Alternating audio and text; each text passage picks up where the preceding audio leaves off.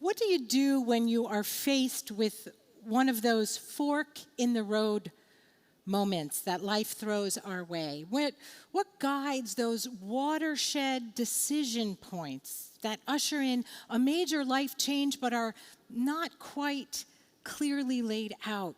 Career, education, relationships, family, finances, relocation, health, self-development. And what about those smaller decisions that we make every day that sometimes grip us with fear and doubt and indecision? This morning, I would like to suggest to all of you that we make those decisions by faith, in faith, with faith, that each one of you walks by faith every day. Now, I know I get that you might not think of yourself as a person of such a strong conviction. Sure, you're here in a church, whether you're worshiping with us online or in person, but each of us here today has questioned whether or not we actually live faith. We question if we live our lives with faith because at some point we have all questioned what it is we believe. Maybe you've been attending church for years, or maybe you're young parents getting ready to baptize your children, or maybe you have dared yourself to walk in or log on for the first time, or maybe the first time in a really long time. No matter what, it's safe to say that everybody here in this gathering at some point have doubted what they believed, and still others are pretty sure they don't believe any of it. But each of us, each one of us, has faith. You see, faith is not unwavering belief. It's not blind certainty or dogged conviction. Faith is actually better understood as a verb rather than a noun, something we practice rather than possess. It's really an ongoing practice of cultivating trust and hope, even when our decisions seem to bring doubt or fear, confusion or disappointment. Faith reminds us that life is unpredictable and often pretty messy, and faith encourages us to move forward with resilience. Faith is not actually about overcoming our obstacles in life, but about moving through them and being transformed by them. Faith involves the inherent worth and goodness of ourselves and others beyond ourselves, trusting in that inherent goodness, looking with empathy at the impact that our decisions have on everybody beyond ourselves. Faith compels us to engage in acts of compassion, love, justice, helping others and ourselves recognize our deep connection throughout the world with everybody. Faith can be a foundation for what we come to believe. It can breathe life into our beliefs, infusing them with a deeper sense of meaning, authenticity, and a sense that we're connected to what we believe. But faith opens us up to trust in something larger than ourselves, to trust in God. And above all, faith is a journey fueled by the promise that life is moving forward and it's heading somewhere good. And when we become aware of this universal pattern of the faith journey, I promise you, you start to see it everywhere, that it has been and always will be. And this pattern was brilliantly revealed in the piece of the story that Jim read of Abram and Sarai. It's the beginning of an ancient, epic, transformative journey that we see in the book of Genesis. Now, I bet that as you were listening to his words, it might not have seemed like much. But these verses describe not only something that happened, but something that necessarily happens in and through us throughout our lives. This pattern is reflected in every movie that has inspired you, every novel that you have loved, every story that you tell about your very own life. And once you see this pattern, you can't unsee it. Now, their journey was so transformative that Abram and Sarai became Abraham and Sarah, parents of a multitude. They began childless and became parents of a multitude. And their journey became the foundation of belief and confidence in one God, creator of us all, which is why we call Abraham the father of monotheism, belief in one God. The story, this short little story of Abraham's call, offers us a kind of faith journey template in 3 movements, which I'd like to quickly share with you this morning. First, you have to leave what is comfortable, what is home. Next, head directly into the unknown. And third, continue encouraged by the promise that it's headed forward and that it's heading somewhere good. First, people who walk by faith have to be willing to leave home, to let go of what is comfortable, of what you know, of what feels safe and stable. And Genesis 12 begins with that call to leave.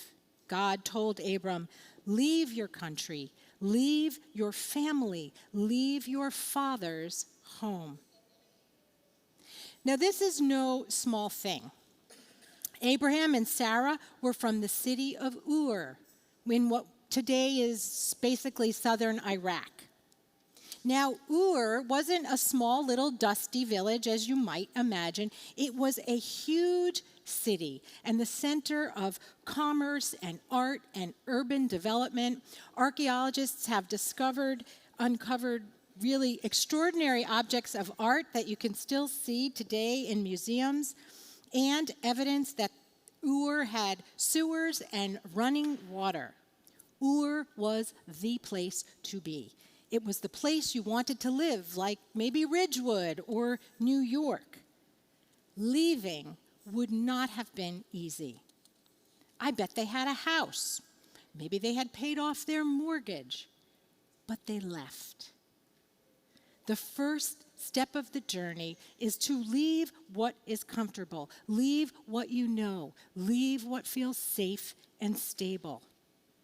Because leaving home is more about than just changing your location. It involves an openness to change your mind, to give up your idea of what should be and open to something other. Abraham and Sarah felt a tug that they could not deny. They were being invited into a completely new way of thinking and being, from worshiping idols to worshiping only this one God. And that was different from what they had known their whole entire lives. So think about a time in your own life when you ventured out from what you knew and what was comfortable for you. It's a common experience that happens often throughout our lives, and it's one that we often encourage in the people that we love and care for. We encourage our children, people we care about, leave home, open up to a new territory. As Joseph Campbell so famously said, we must be willing to let go of the life that we have planned in order to open up to the life that is waiting for us. Second, we have to be willing to travel into the unknown. Abraham is told to head to a land but a land that he would later be told where it was. He goes, he doesn't have any idea where he's going. God says, well, I'm not going to tell you yet, but just go. All he's told is to go west, into the setting sun, into the darkness, metaphorically and literally into what he could not see. Up until this point, our story in Genesis is going east, east of Eden, east to the land of Nod, east to Tamar, where the Tower of Babel is. Everything is heading east, and now he is told to go west into this place that he can't see, and to trust the movement forward, even though he has no idea where he's going. But here's the thing. This is not a story about blind faith. Because we who walk in faith, we're not blind. We see what's going on in the world, but we also see more than that.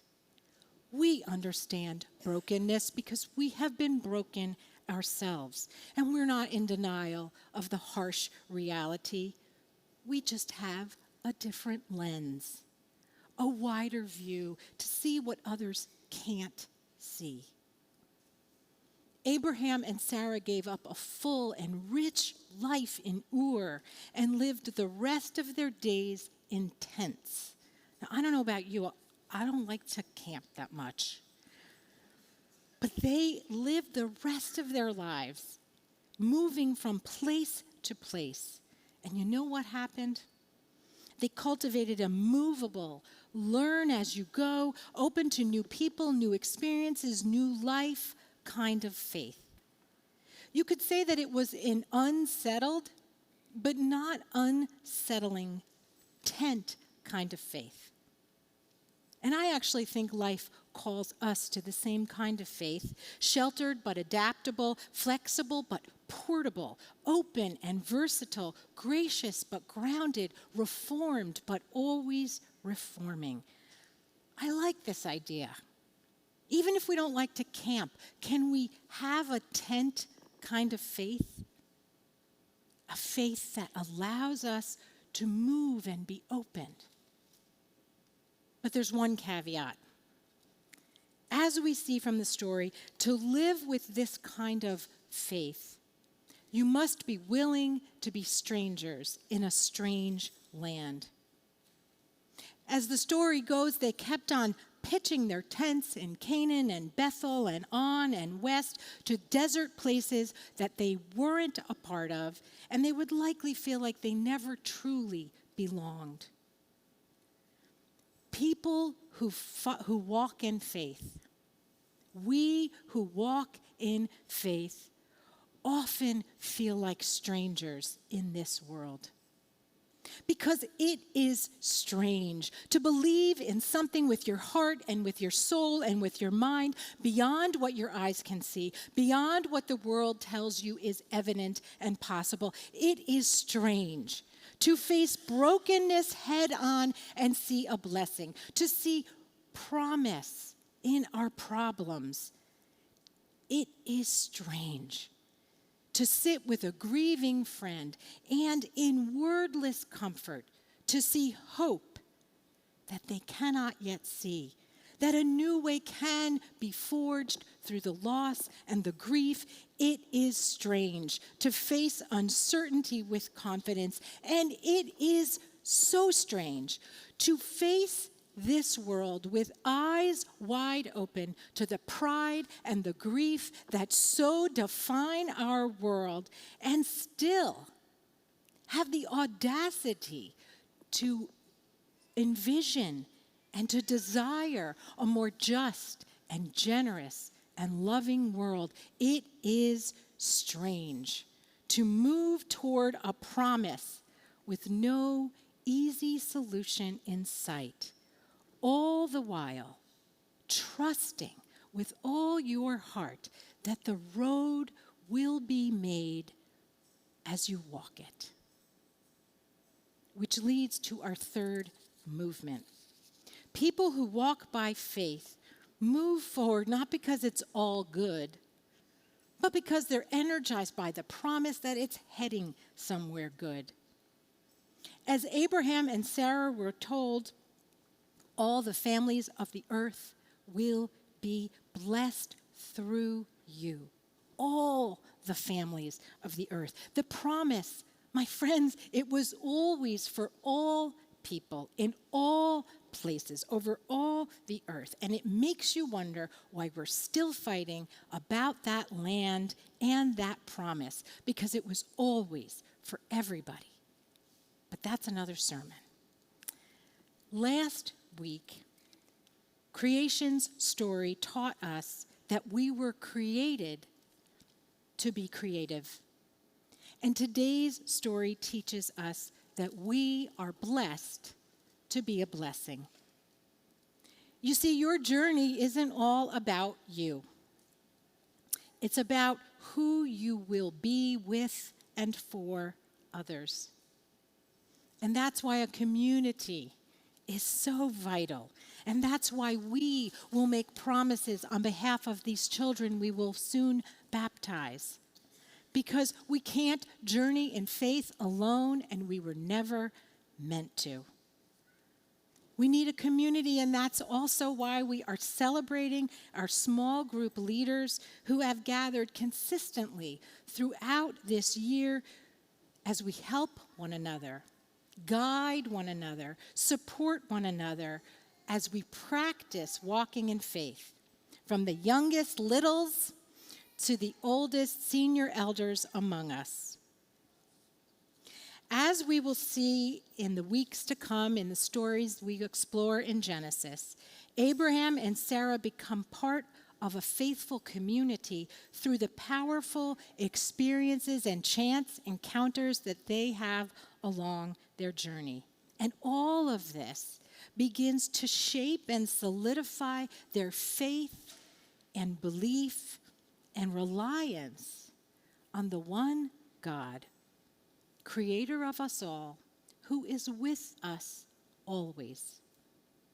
And I absolutely believe that the same is true for us, that our walk in faith helps to clarify and strengthen our belief.